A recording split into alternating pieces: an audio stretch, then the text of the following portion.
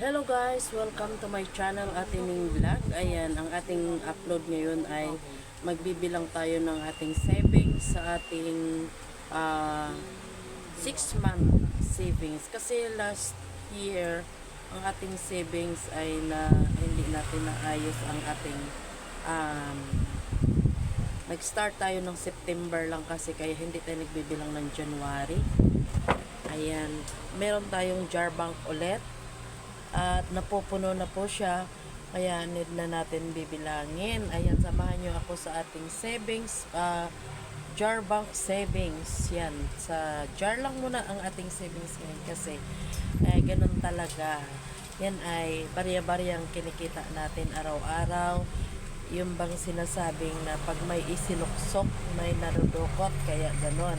Kailangan nating magtabi kahit barya lang at pagdating ng panahon dadami din yan. So ang lahat ng malaking halaga ay nag-uumpisa po yan sa maliit na halaga. Kaya tara, samahan niyo ako sa ating pagbibilang.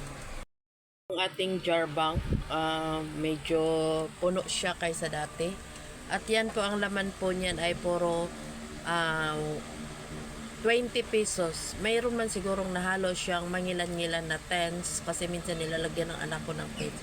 Pero mostly, yung laman talaga niya is 20 pesos. So, bibilangin natin kung ilang halaga ang ating naiipon within 6 months. Ayan. So, ayan po guys. Puno po yan. Ayan. Medyo mas puno ito ngayon kaysa dati. Ayan. So, dito natin ibubuhos at magbibilang kasi doon sa loob wala lang maiiwan magbantay dito sa tindahan, kaya dito natin siya ibubuhos. Yung bigat guys, di ko kaya. Natapon kasi sobrang bigat niya.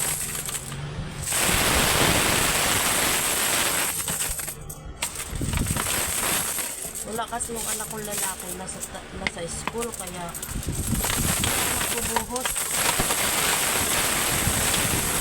So, ganyan na lang siguro.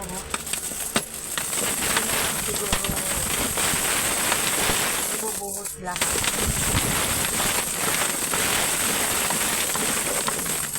Meron pa siyang mga buo.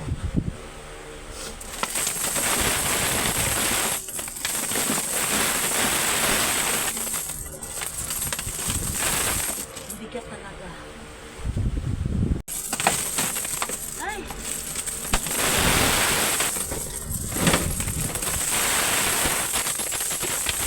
Natapos.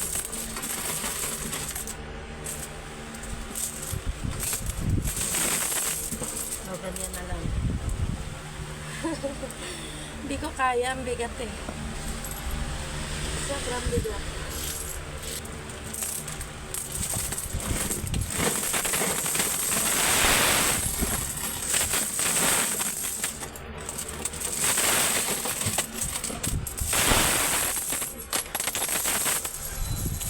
Nalaglag na sa baba. Tapos tumutulog pa yung silong ko. Ano yun? Ilan?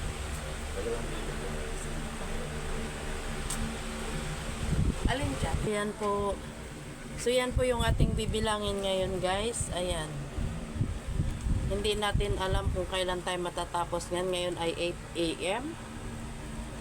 8:20. Hindi naman tuloy-tuloy yung ating pagbibilang gawa nung nandito tayo sa tindahan. Pag bibili at na-interrupt na naman tayo. So, kung hanggang kailan siya matatapos, ayan. Challenge ko sa lahat, kailangan din tayo mag-savings, lalo na kung may meron tang maliit na negosyo. Save din pag may time. So, ito lang po ang aking nilalagyan yan. Ginamit ko na to last 2022 na savings ko. Yung nabilang ko nung nakaraan is 53,380 ata yun. Yun yung laman niya. Pero hindi yun siya puno. At may rami din yung tens. Kaya ngayon, siguro naman medyo lumagpas tayo sa estimate natin. At hopefully, makaipon tayo ng maganda-ganda. Kaya ayan, wala tayong space. So, ang gagawin natin is magbibilang na lang tayo. Ibabalot na natin per 1,000 para hindi mahirap.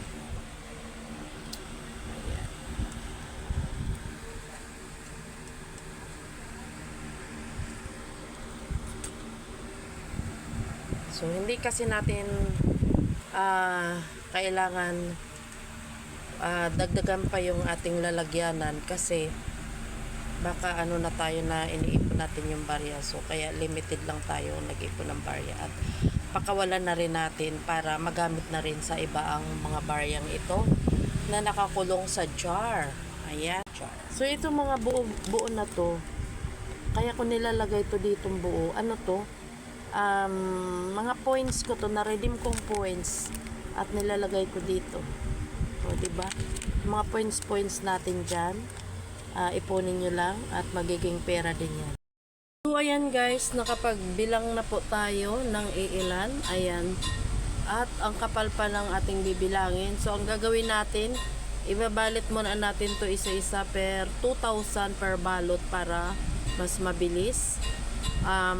Para makakuha tayo ng another space kasi wala na siyang space dyan. So, marami pa yung bibilangin natin, hindi pa nangalahati. So, kailangan natin balotin yan isa-isa. So, ayan, magbabalot tayo dyan per 2,000 isang balot. Kasi pag 20s, kailangan ang isang balot mo is 2,000.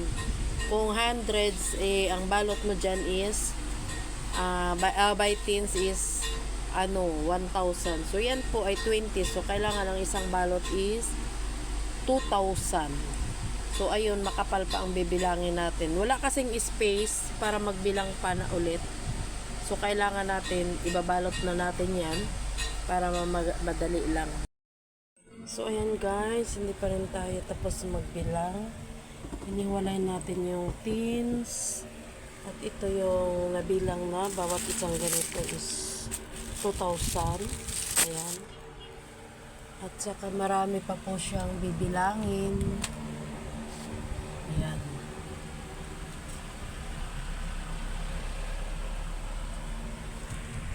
Ito naman yung nabilang ko kanina. At saka meron nagpabuo na rin. May nabuo na tayong tatlong 2, 5. Ayan. Yan dyan is 30,000. 32,000. 32,500. So, ayan guys, malapit na tayong matapos. Kunti na lang. Ayun no. Kunti na lang siya. Matatapos na tayo. Ayan. Tsaka meron pa tayong tins na bibilangin mamaya. So, yan po oh. At meron na tayo, bukod dyan, meron na tayong nabilang kanina na 40,000. Kaya, so, tapusin lang muna natin magbilang. Yan, kunting-kunti na lang matatapos na yan. Almost done.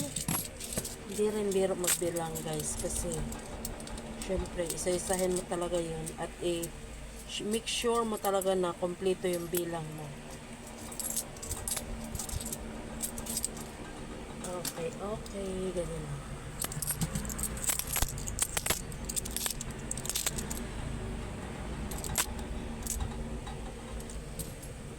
So, antabayan na natin matapos ng lahat-lahat yan at mabibilang natin yung kabuuan. At sana'y nag-enjoy kayo sa ating ginagawa ngayon sa ating Jar Bank Ipon Challenge 2024.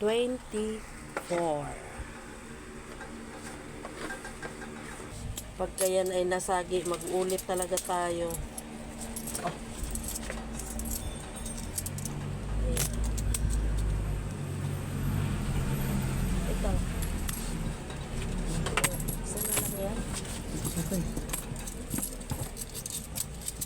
Ako na kukuha. Oh, meron pa dyan. Ayun o. Lumusot o. Ayan.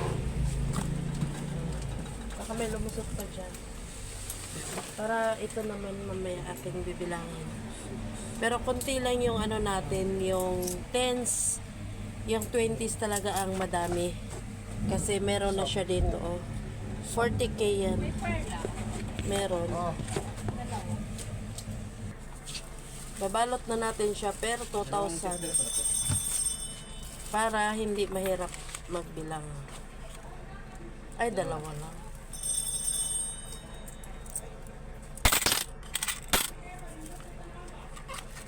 Ganon, isang ganito, 2,000 yan.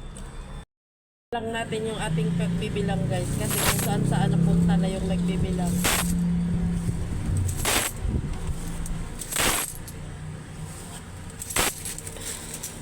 Yan ay 2,000 pesos yung isang ganito. 100 pieces. Ngayon, pahuhulaan ko sa inyo kung magkano ang total amount na ating nabibilang. Kailangan sakto ang ating total, pati yung naputal. Kailangan magsipag, magsuksok, para pagdating ng panahon, may bibilangin tayo. Kagaya lang din ng YT yan. Sa ipon-ipon mong barya, pagdating ng ilang buwan, nakakaipon ka rin at nakasahod ka rin. Ganun lang din yun dito sa ating hanap buhay. Sa barya-barya na iniipon natin, pag nabuo yan, malaki-laki din. O, di ba? So, ayan guys, tapos na rin tayo sa wakas magbilang sa ating ipon challenge. Ayan, nakaipon tayo ng halagang dendran. Kailangan ninyong hulaan muna para makakuha kayo ng 100 palipad or chika. Sana ay magustuhan nyo ang ating video. Huwag kalimutan subscribe ating vlog. God bless to all. Claw. Yan ang ating claw guys.